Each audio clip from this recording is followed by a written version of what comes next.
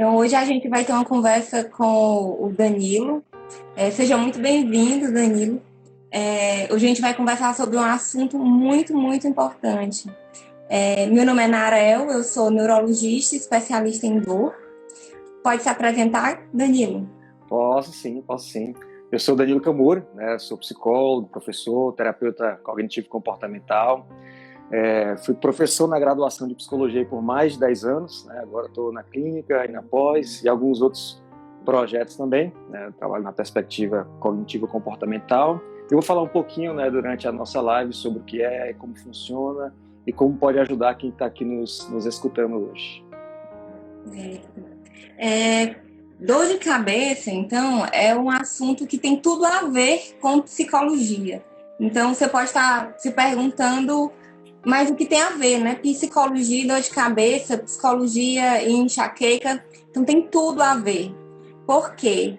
As cefaleias primárias, que são aquelas dores de cabeça, em que a pessoa tem uma dor de cabeça que por ela mesma é a doença, ela além de ser muito prevalente, ela é incapacitante, ela dificulta muito a vida da pessoa. E além de um grande gatilho das dores de cabeça ser os fatores emocionais e psicológicos, é muito comum comorbidades, com ansiedade, depressão, junto com as dores de cabeça, em especial a migrânia e que é a enxaqueca. Isso causa um impacto enorme na vida das pessoas, nos relacionamentos interpessoais, no trabalho, enfim.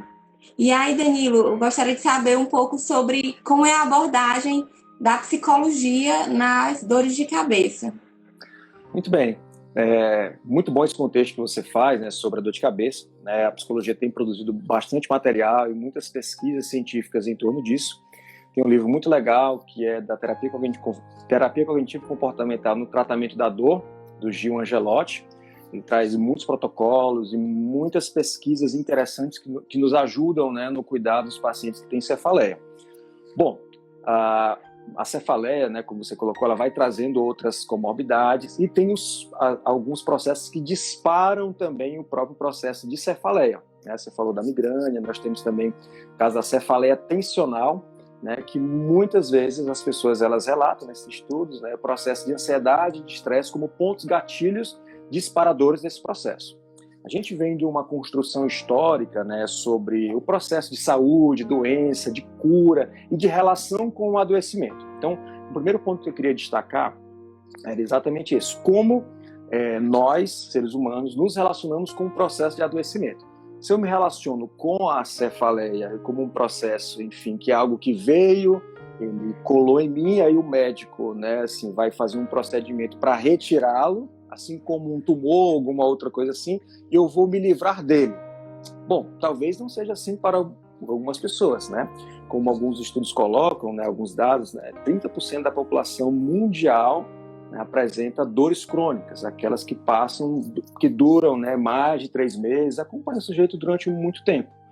E aí a gente precisa fazer um trabalho, né, com o paciente para um processo de aceitação e um comprometimento, né, do paciente mesmo com aquela dor, que talvez ela seja uma companheira durante um longo período de tempo, né? E eu estou colocando com todo cuidado assim, né, para quem está nos ouvindo entender que esse companheiro, essa companheira, é que a dor crônica ela acompanha durante muito tempo as pessoas, né? Às vezes durante uma jornada, né, de vida.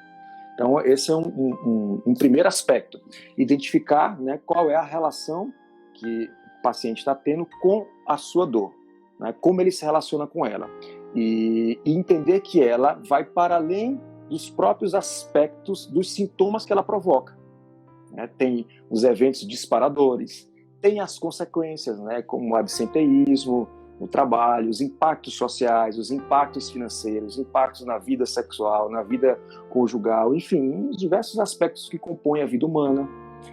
Tem os impactos, né, do presentismo, tem o absenteísmo de não ir para o trabalho, tem o presentismo, né, que é de estar no trabalho, mas apresentando dores, apresentando dificuldades, enfim, isso trazendo impactos para a própria produtividade, né? da pessoa, né? Assim, são alguns pontos para a gente ir começando a pensar, né? Porque a terapia cognitivo-comportamental, ela vai trabalhar com vários aspectos. Entre um deles, a percepção que o paciente tem da própria dor. Eu acho que na sua história clínica você deve trabalhar muito com isso, né? A forma como as pessoas elas percebem a sua dor, né?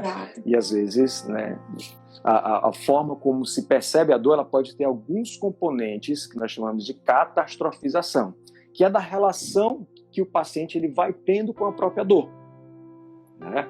Se é uma relação, por exemplo, né, de tudo ou nada, tipo, eita, já está vindo essa dor, não vou conseguir mais trabalhar, minha vida, né, vai dar tudo errado, meu casamento vai dar errado, a minha produtividade vai cair. Aí começa a vir algumas previsões do futuro, né, que o sujeito ele começa a fazer, previsões muitas vezes que não têm base em dados, em fundamentos, né, são projeções baseadas em algumas fantasias, em alguns medos, que nós podemos chamar isso de ansiedade.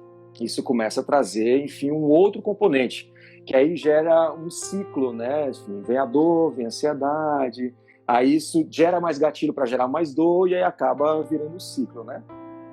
Exato.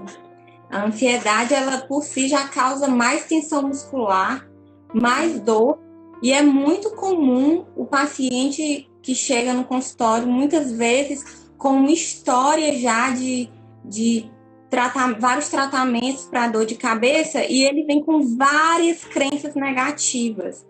É incrível isso. E como essas crenças negativas que levam à catastrofização, elas são um fator preditivo negativo para melhorar. Então, esses pacientes com crenças negativas, eles são muito mais difíceis de tratar.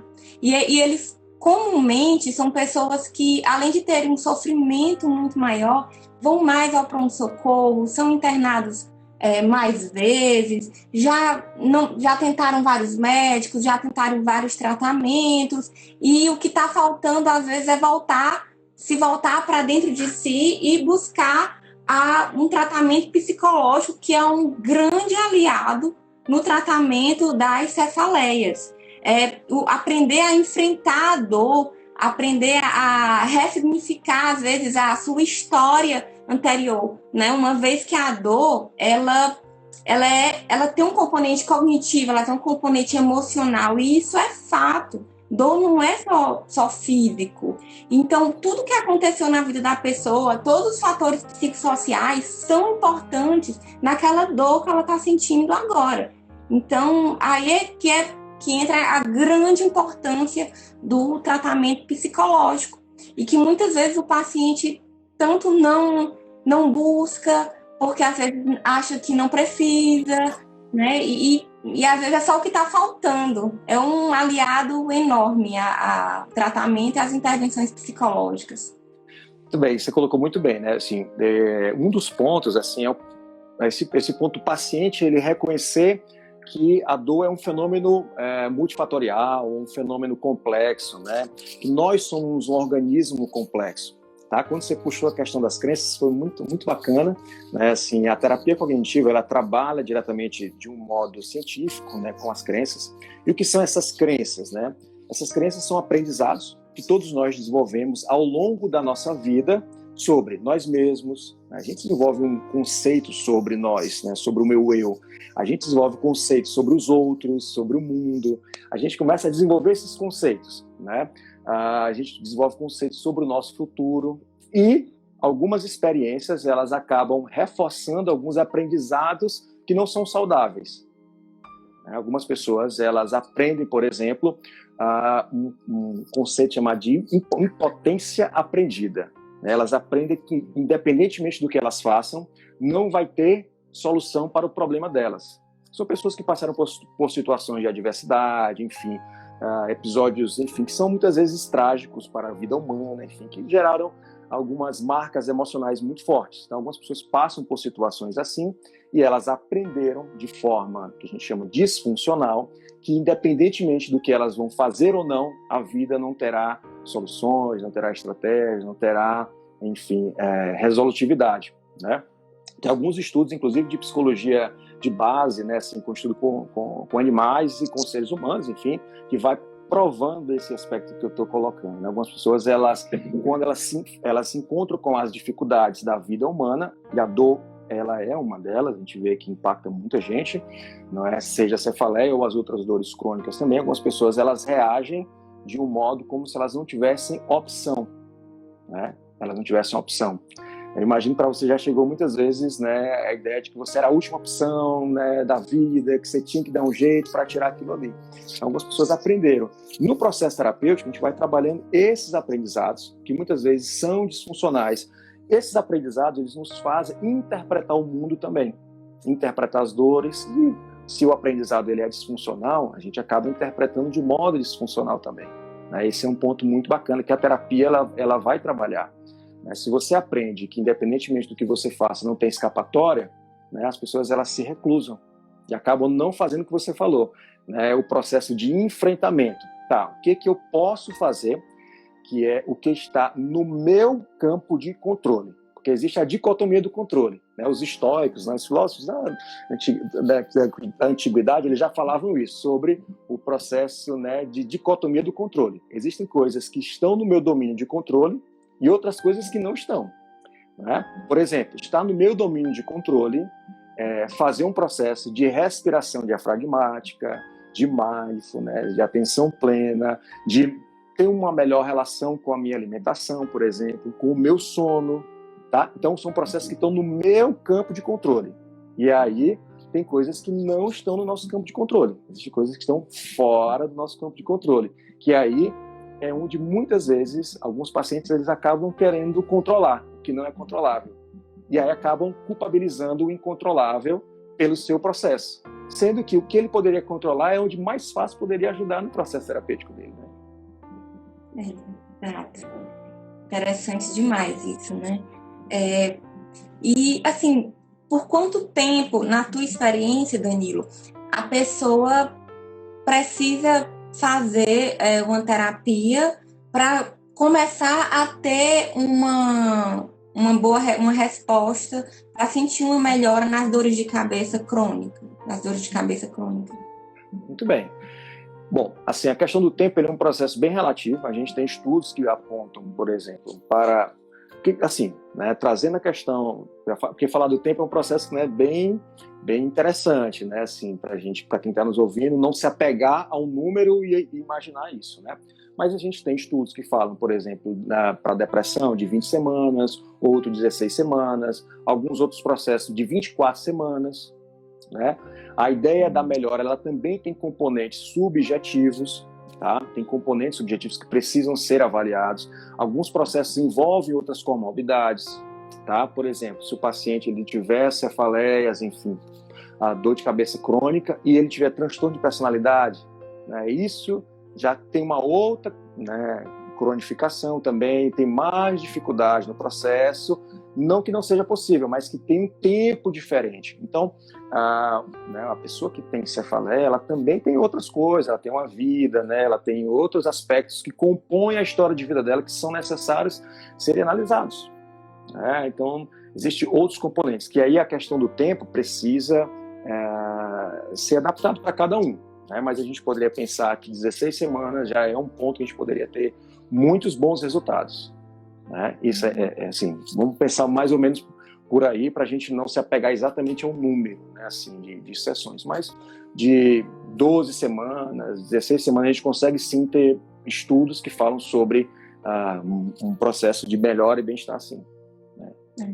Acaba que é personalizado, né? Mas tem gente que precisa de mais tempo, tem gente que precisa de menos tempo. Mas eu acho que é muito importante colocar que você precisa dar tempo, né? Não é algo imediato.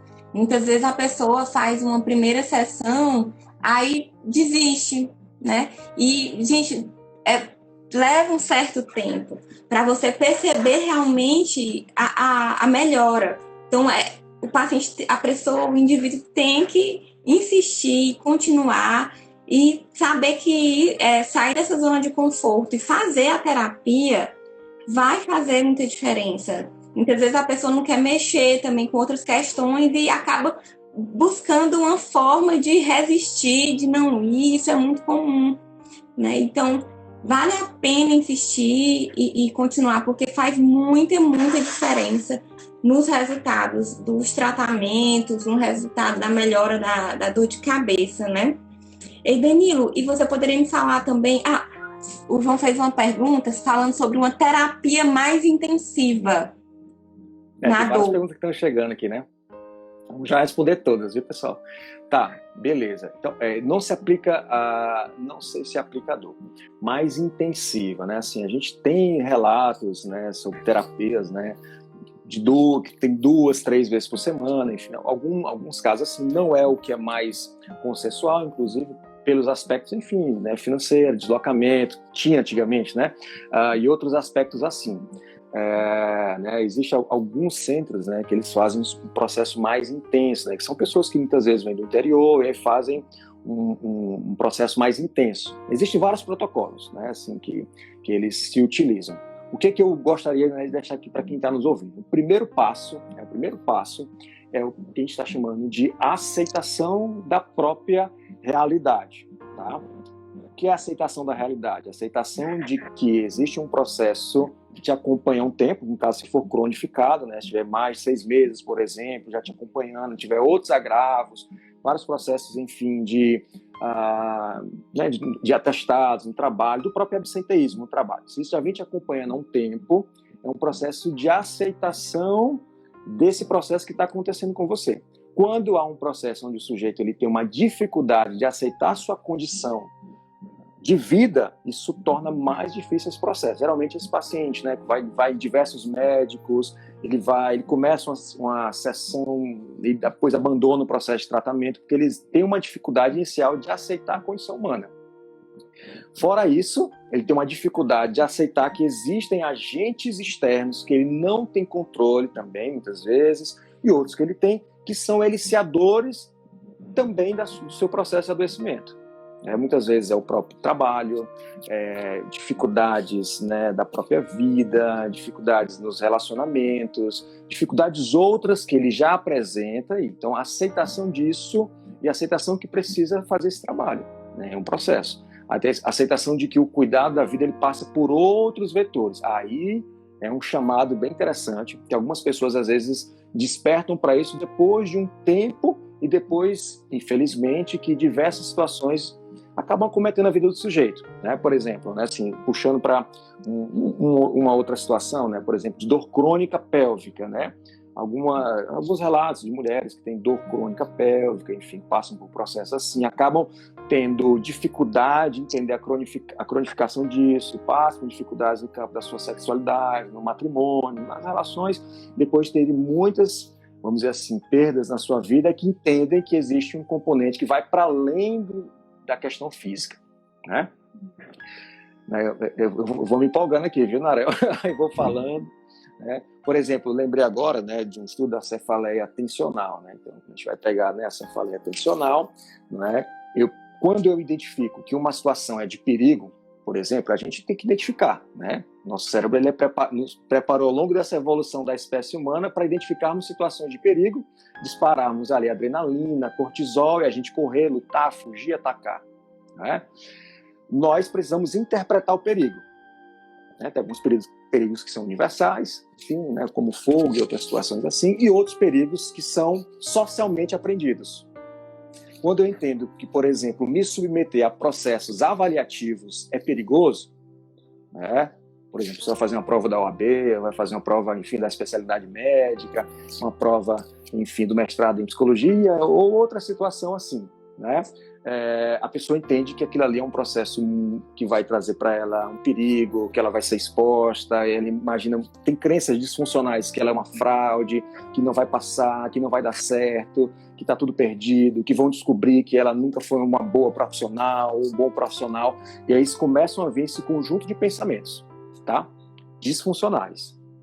O que a maioria das pessoas faz? Elas embarcam nesses pensamentos disfuncionais, acreditam que esses pensamentos são a verdade absoluta sobre elas e elas têm reações a partir disso.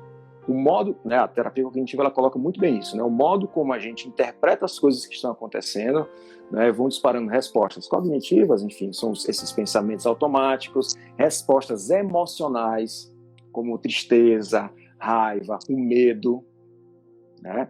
Outras respostas, enfim, e respostas comportamentais e respostas fisiológicas. Né? Algumas pessoas vão ter como respostas fisiológicas, né? Urgência miccional, enfim, outras situações assim. E o processo, enfim, quando você manda todo o sinal para o teu sistema, ó, a gente está em perigo, a gente vai ser descoberto aqui. Aí você manda sinais para o teu organismo te proteger. Adrenalina, cortisol, isso tudo afeta mais ainda o processo da cefaleia atencional. Né? Eu estou fazendo todo esse caminho para quem está nos assistindo aqui perceber que o modo como você interpreta os fenômenos que acontecem na sua vida e os fenômenos que acontecem no seu corpo e nas suas emoções influenciam muito nas tuas respostas de dor de cabeça. Por isso que é tão importante o cuidado psicológico, né? O cuidado com as suas emoções, o cuidado com os seus pensamentos, né? O desenvolvimento humano, o desenvolvimento da inteligência emocional, para que você consiga se relacionar de uma forma mais assertiva, de uma forma mais interessante com essa dor crônica, né? Que, infelizmente, né, acompanha 30% da população mundial, né? Impressionante como a mentalidade, o pensamento controla o nosso físico também. Né? Então, mudança de pensamento, mudança de mentalidade vai fazer muita diferença no tratamento do paciente com dor, na melhora clínica dele. Você falando sobre isso do pensamento, eu lembrei daquele livro Rápido e Devagar. Você conhece? Sim, ótimo livro, conheço. Que é espetacular. Ele fala sobre... o pensamento funciona de duas formas. Tem um sistema 1, que é aquele pensamento que você tem mais rápido, né? E tem um sistema 2, que é quando você questiona ali esse pensamento. Será que é isso mesmo? Será que esse estímulo que eu estou recebendo de fora, eu estou interpretando da forma correta? Como isso faz diferença. E assim... É tão incrível como isso de mentalidade mexe com o corpo, que as pessoas que têm dor de cabeça crônica, nesse período de quarentena, estão tendo uma descompensação, estão piorando, e até aqueles que não tinham dores de cabeça, agora estão tendo dor de cabeça. E aí já começa aqueles pensamentos, será que é um tumor? E agora, não tenho como sair de casa para procurar um médico, eu estou com tumor ou um aneurisma. E aí começa aquela bola de neve e o ciclo vicioso da dor, né, que não melhora. Verdade, esse ciclo é muito interessante, né? A gente chama na psicoterapia, né, um processo de psicoeducação, onde, né, de um modo colaborativo com o paciente, né, a partir de algumas hipóteses vão sendo experimentadas, o paciente ele acaba aprendendo sobre o seu próprio funcionamento. É um dos primeiros processos, né, uma das primeiras etapas dos protocolos de terapia cognitiva é você aprender sobre o seu funcionamento. Por exemplo, aquelas pessoas que têm depressão, elas aprenderem sobre o funcionamento da depressão. Quem tem ansiedade, quem está com estresse, burnout, ou transtorno de personalidade, outras coisas, né, que a gente utiliza esses termos para ficar mais fácil o processo de aprendizagem, né, o processo de aprendizado. Não que as pessoas se tornem esses nomes, né? Mas para que a pessoa possa aprender o seu próprio funcionamento. Né? A ansiedade ela tem um mecanismo de funcionamento. Ela tem gatilhos que disparam, ela tem antecedentes, né, e tem consequências, né, assim, consequências, né, que acontecem com o sujeito. Então, a pessoa aprendendo sobre o seu funcionamento, entendo da mesma forma a cefaleia. Você aprender sobre como a sua cefaleia se manifesta. Porque pode ser que para a Maria, né, ela se manifeste de um certo modo em certas situações e para o João se manifeste de outras formas. Assim, os sintomas físicos podem ser parecidos, logicamente, até pela nosografia do processo, né? Mas eles podem ter componentes que disparam de forma diferente. Então, o outro processo é isso, é você aprender sobre o seu funcionamento, né? Como tem funcionado isso, né? E assim, eu fiz até um roteiro aqui para a gente ir trocando alguns pontos, né? Existe um ponto, né, que é bem interessante, né, que eu vou colocar com bastante cuidado, que algumas pessoas às vezes não entendem de primeira, né? Mas vamos lá, acompanha a gente aí, que é o processo de acolher a própria dor. É um processo bem interessante, né? O João, a gente conversa muito sobre isso, né, que é o processo de acolher, de perceber a própria dor, tá? e de ter uma relação mais saudável com ela. Tem muitos estudos, né, enfim, que falam sobre isso, né, sobre como a atenção plena, como a meditação, o mindfulness, né, a própria terapia cognitiva, eles e outras práticas terapêuticas ajudam, né, o sujeito a se relacionar com a dor e acolher essa própria dor. Quando eu falo de acolher, é entender que ela está se manifestando naquele momento, que algumas, independentemente, às vezes, da medicação, ou do que você vai fazer, ou do seu desespero, ela vai continuar lá por um período X de tempo, que é como ela se manifesta em você. Não é? Por exemplo, você fica ansioso ou ansiosa porque irá fazer uma prova, né? Não vai mudar a prova. Não vai mudar as questões que irão cair lá. Não é? A sua ansiedade não vai fazer o tempo passar mais rápido.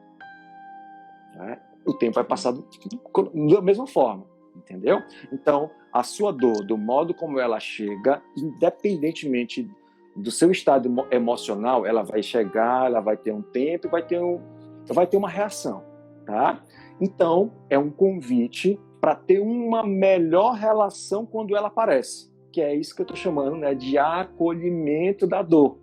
Né? Isso lógico, isso é uma etapa terapêutica, né, que vai acontecendo, que aí você vai tendo uma atenção ao presente momento. Até alguém falou aqui do presente, né, nos comentários. Você vai tendo presença, se relacionando com a dor que ela vai chegando, começando a identificar, né, por exemplo, naquelas luzezinhas que vão piscando, né, aquela tensão que vai tendo ali, você vai entendendo que vai se aproximando, e aí, ao invés de ter as respostas de ansiedade, de estresse, de catastrofização que se tem quando chega a dor, você começa a ter uma relação mais saudável com ela. Assim, uma relação mais saudável com ela. Exato. E as pessoas que têm dores de cabeça crônica, principalmente enxaquecas, elas já têm, até 48 horas antes da crise, o corpo já começa a dar sinal. A pessoa passa a bocejar mais, tem às vezes mais vontade de comer doce, sonolência, irritação, dor no pescoço. E aí, às vezes, ou então, por exemplo, tem uma pessoa que eu acompanho que ele, toda segunda-feira, tem um trabalho que ele sabe que depois da segunda-feira ele vai ter dor. Então, ele já sofre o fim de semana inteiro, porque ele sabe que a terça-feira vai ter a dor, né? E, assim, o paciente se conhecer é extremamente importante. E saber como... Essa psicoeducação é muito importante. Saber o que ele pode fazer para segurar os gatilhos, uma vez que ele conhece os gatilhos. Eu sempre coloco para os pacientes um mnemônico chamado SED. S de sono, né? Dormir demais, dormir de menos. O E de evitar o jejum. Quem tem jejum prolongado, faz jejum prolongado, pode piorar a dor. O D de desidratação, que é beber muita água. E o E de exercícios físicos e enfrentar o estresse. E aí a pessoa tem que descobrir formas de enfrentar o estresse. Como é que ela consegue controlar isso. E nesse período de quarentena, as pessoas não estão mais dormindo bem, a rotina de sono está bagunçada, não estão conseguindo fazer exercício físico, estão perdendo os horários de refeição, né? Tá tudo diferente. Muitas vezes não estão fazendo acompanhamento psicológico que precisava, ou mindfulness que fazia toda semana. E, assim, que dicas você daria para essas pessoas que estão em quarentena e que estão sofrendo com dor, e também aqueles que não estão sofrendo com dor, mas que estão com tantos pensamentos negativos em relação à vida, né? O que você poderia dizer em termos de psicoeducação para essas pessoas? Bem, pergunta maravilhosa, né? Eu peguei só um ponto aqui, que é a própria escala de pensamentos catastróficos, né? Quem está nos acompanhando aqui, né? Existe uma escala validada com pesquisas em Portugal, nos Estados Unidos, validação no próprio Brasil. Ela se chama Escala de Pensamentos Catastróficos sobre a Dor, né? Você pode pesquisar, que você vai encontrar ela aí na internet. Eu vou só ler aqui para quem está nos assistindo aqui, para a gente fechar esse ponto que você estava colocando, aí eu falo sobre a quarentena, né? Olha as perguntas que colocam aqui para a escala. Numa avaliação de 0 a 5, sendo o 0 nunca, né? No meio ali quase sempre, né? E no 5 sempre, tá? Vamos lá. Esse pensamento ele te ocorre? Não posso mais suportar esta dor. Olha só, a pessoa ela faz a avaliação. Não posso mais suportar essa dor. 2. Não importa o que fizer, minhas dores nunca mudarão. Né? Isso aparece na sua consciência, você pensa dessa forma, né? Sempre mais ou menos, tá? Vai pensando aqui com a gente. Preciso tomar remédios para a dor. Né? Outro, isso nunca vai acabar. Sou um caso sem esperança. Quando irei ficar pior novamente? Né? Esta dor está me matando. As duas últimas. Eu não consigo mais continuar. Essa dor está me deixando maluco. Pronto. Veja que esses pontos, eles têm vários pensamentos, não é? Que eles são pensamentos catastróficos, pensamentos de impotência, pensamentos de desesperança. É isso que eu estou chamando, né, assim, para a gente conversar. Né? Essa forma de pensar sobre a tua experiência com a dor crônica, cefaleia e outras que aparecem também, elas podem ser indicativos dessas outras comorbidades, né? Como ansiedade, depressão. Às vezes é um processo de desesperança que te afeta também. Né? Então, dá uma olhada, né, nesses pensamentos, se eles estão vindo para você, tá certo? Né? Assim, pensa um pouquinho sobre eles. Se você estiver tendo diversos deles em uma forma de intensidade muito grande, né, busca profissionais para que você possa fazer esse processo de cuidado emocional. Como a gente está falando aqui, o cuidado emocional ele faz uma regulação das suas emoções, dos seus pensamentos e te ajuda no processo de cuidado com a dor, tá? E aí vamos lá para pensar a quarentena, né? É uma pergunta interessante, eu tenho refletido bastante sobre isso. Nós estamos entrando no 3º mês, né, de isolamento. Eu comecei o processo de isolamento no dia 17 de março, eu lembro que ficou marcado, né? Acho que vai ficar marcado para muitos de nós aqui, o dia que nós começamos a essa etapa. E assim, a primeira coisa é, né, colocar no horizonte que está tudo bem para várias coisas, tá? Nós começamos ali num processo de euforia no começo. Eita, agora vou ler meus livros, vou atualizar séries, vou descansar, vou ter algumas férias, festival de lives, né, de cantores bacanas que a gente gosta, enfim, os diversos músicos fizeram shows e foi um processo eufórico naquele começo, tá?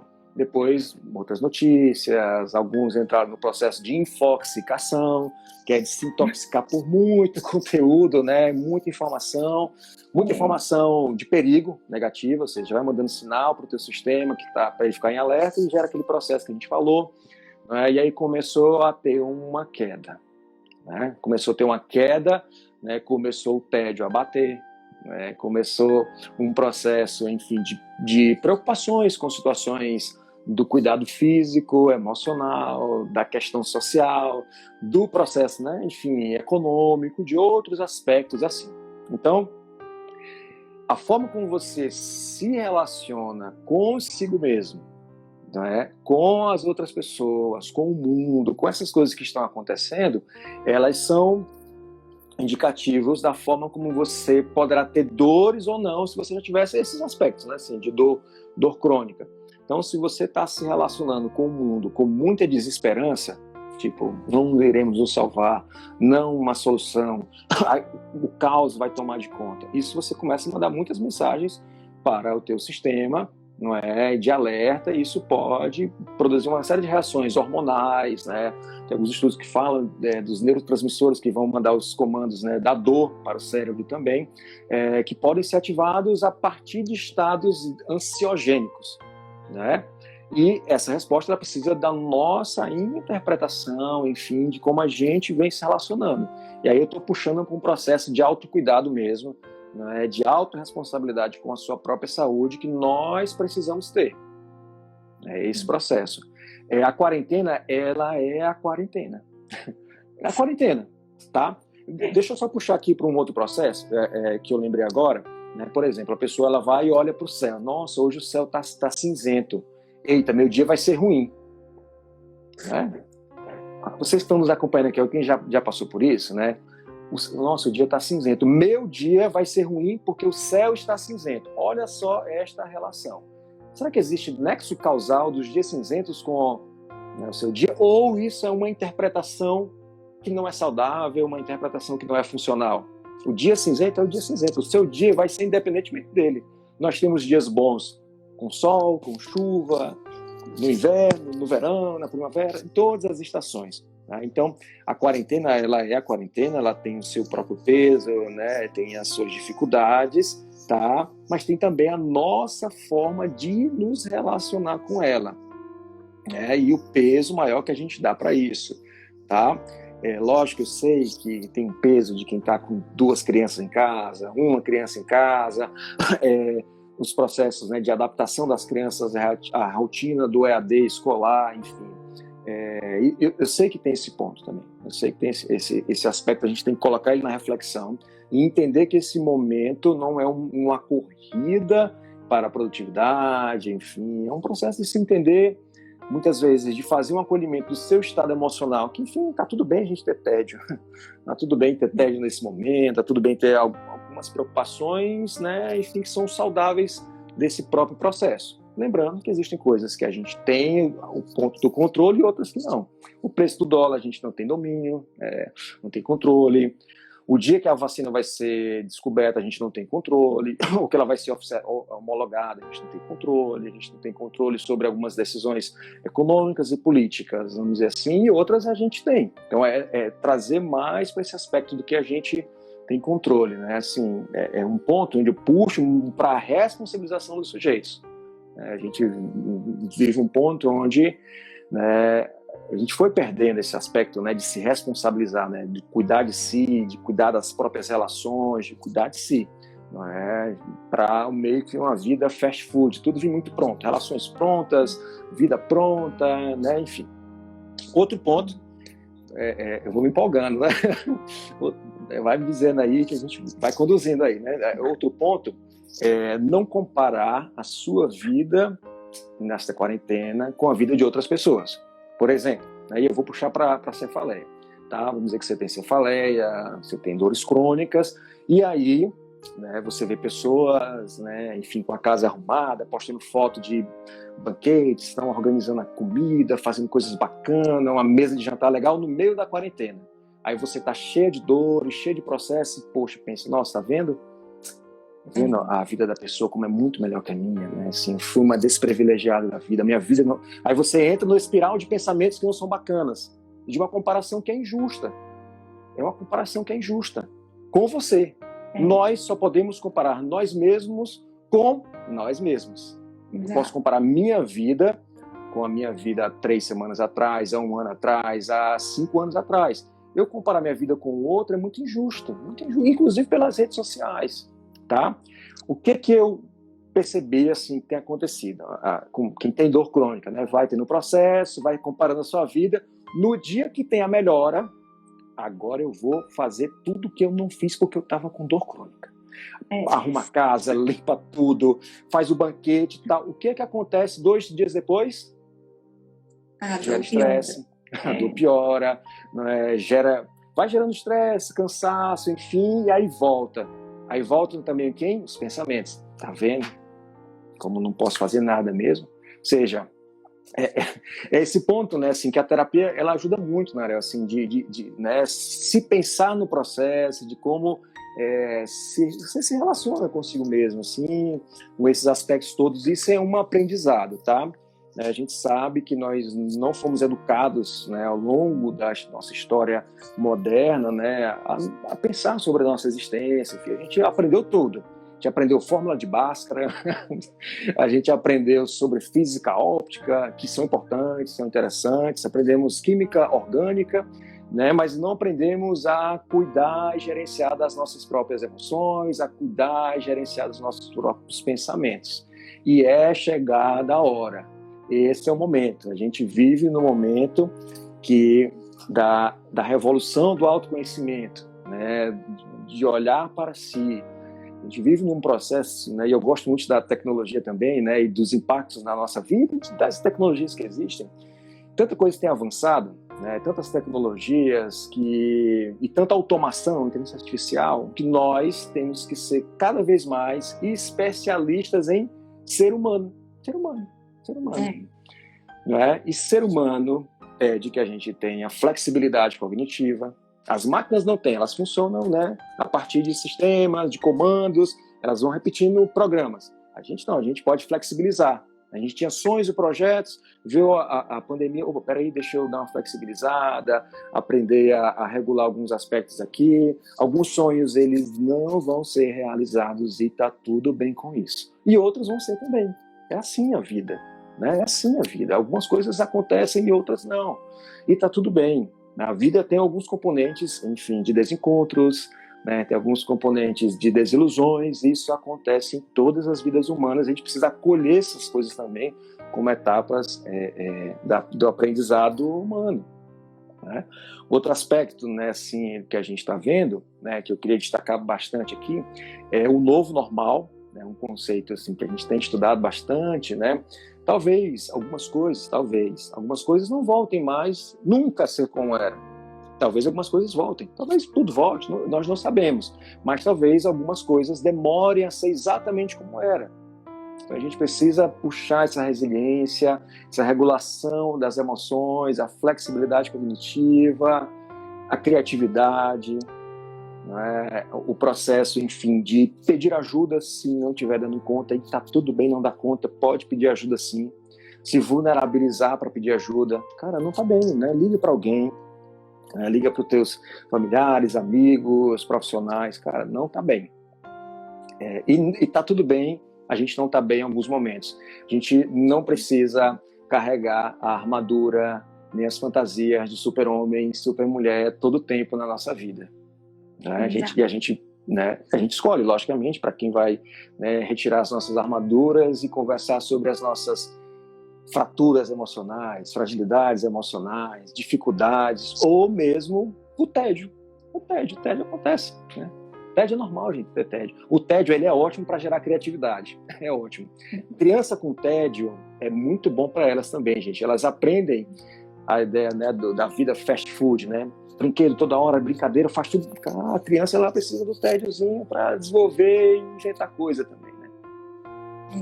Beleza? É um processo de se respeitar, né? De a pessoa aprender a respeitar a si mesmo, seus sentimentos, o seu tempo, e perceber também que a gente tem que quebrar os recordes, os nossos próprios recordes, às vezes, quando a gente quer, né, se superar e não em relação aos outros. E se voltar um passo para trás não tem problema, tá tudo bem. E outra questão da autorresponsabilidade que você falou, né? Nós não somos vítimas do mundo, a dor não é um castigo de Deus, as pessoas ficam pensando isso. E não é isso, nós não somos vítimas. A gente tem controle sobre nós mesmos. A autorresponsabilização não é se culpar, isso. É assumir a rédea da sua vida, né? E com isso, e como isso muda o paciente com dor, não, gente, com fibromialgia, então, mudando um pouco, como Sim. O paciente da fibromialgia, quando ele consegue se autorresponsabilizar, ele consegue viver a vida dele plenamente, viram atletas, conseguem viver e são muito felizes e produzem muito e fazem muita coisa e vivem têm uma relação boa com sua dor. Isso é verdade, né? Assim, você falou uma coisa que eu adorei, né? Essa questão da autorresponsabilização, né? Assim, ela não é para ser o fim do mundo, enfim, é um processo, né? Que você se responsabiliza por você mesmo, pelo seu cuidado, né? Assume a sua condição humana, né? Faz, né, sua própria condição humana, né? Estou vendo aqui, a gente está recebendo muitos comentários, né? Que tal a gente dar uma olhadinha neles, responder algumas perguntas, por conta do nosso tempo aqui também. Acabei de olhar que a gente fez 45 minutos de live, né? Nossa, passou voando, né? Tão rápido. Tá, vamos... Tá, ó, Valdemir Lima, né? Grande amigo, psicólogo, está colocando aqui. A gente usa uma máquina da mente sem ter lido o manual de instruções. Exatamente. A gente não leu, às vezes não foi nos apresentado.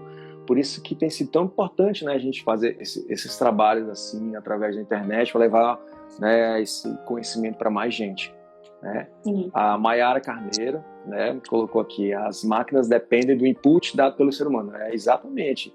As máquinas, elas são criadas por nós, precisam dos inputs, né? E nós precisamos né, ter um processo de criatividade, de ética, né, de entendimento do que é necessário e para que elas servem, né, que é para nós, seres humanos, vivermos cada dia melhor. Não nos ensinaram a olhar para a nossa mente e cuidar dela. Perfeito, é isso mesmo, né? E a Filomena colocou aqui: precisamos ter paciência nesta quarentena. Muito bem, é exatamente isso, tá? A Indira colocou aqui: tem horas que eu me sinto tão... Peraí, que deixa eu botar o óculos aqui. Gente, né, acontece, vamos acolher, né, a necessidade do óculos. Tem horas que eu me sinto tão pouca coisa quando vejo pessoas extremamente produtivas nesse período, tá?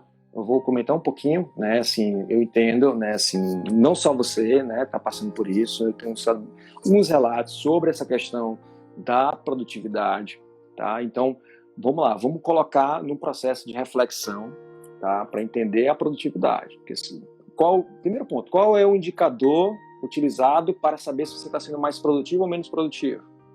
Precisa do indicador, precisa do número, pelo menos, para tentar tornar mais fácil, para não ficar no seu processo de achado. Eu acho, como? Quais são os pontos?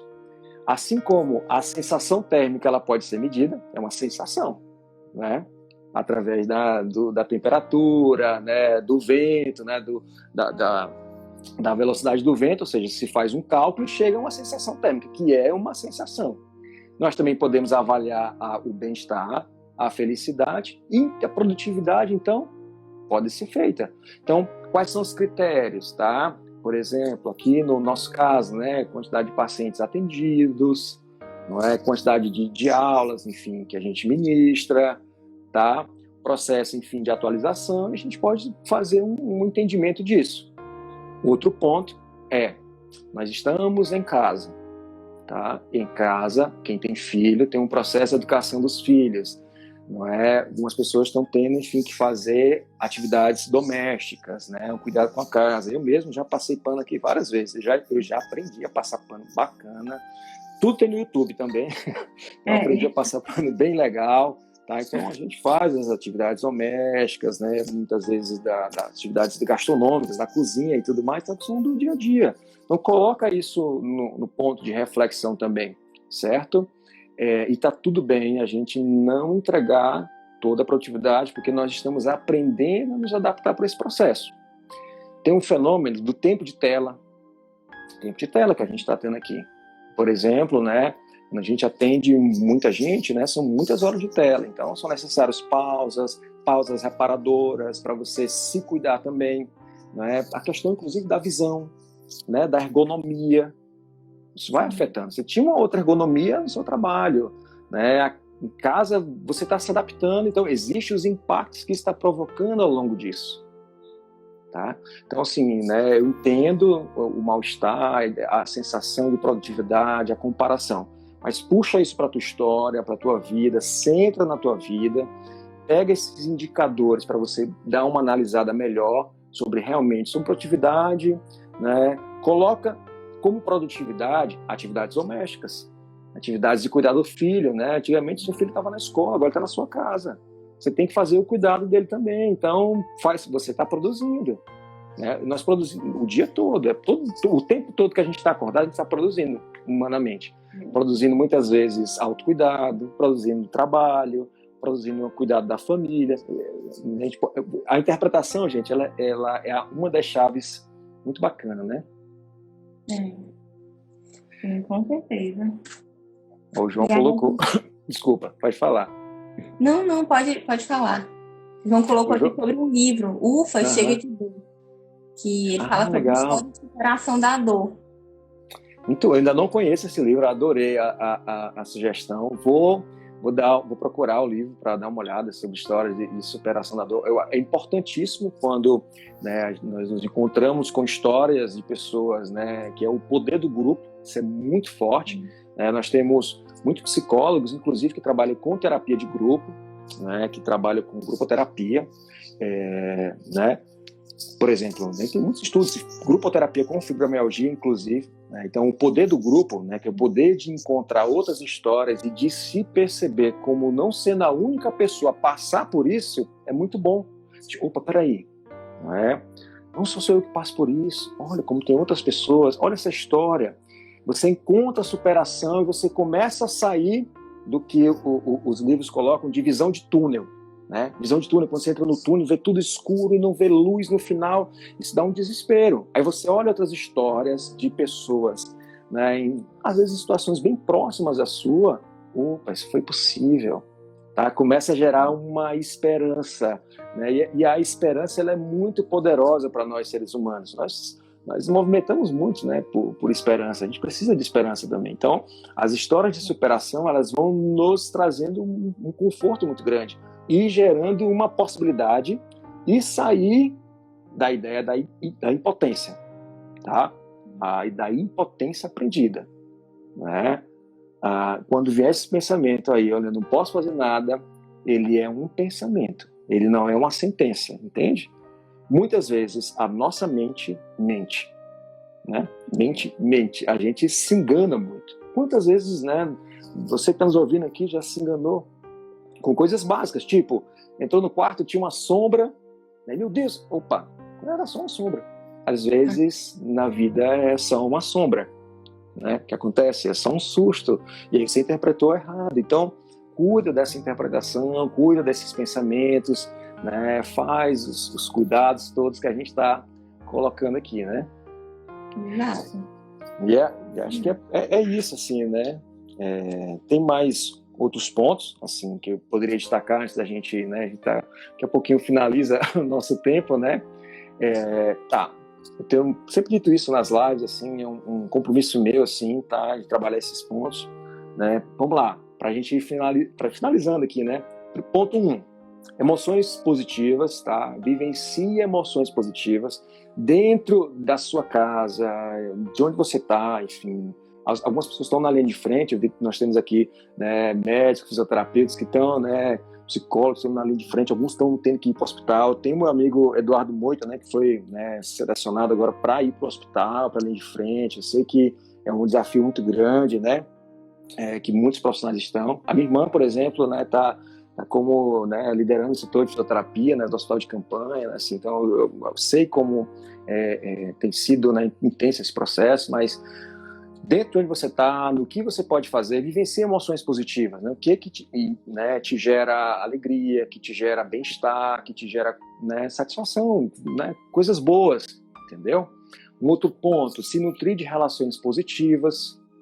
Quem são as pessoas que são pessoas, né, importantes na sua vida, que você pode se nutrir, né? Quem são as pessoas que você dá gargalhada, que você pode, né, ligar, enfim, conversar amenidades, conversar coisas que não são do teu trabalho, que não são da tua rotina, que são coisas que te geram coisas boas, né?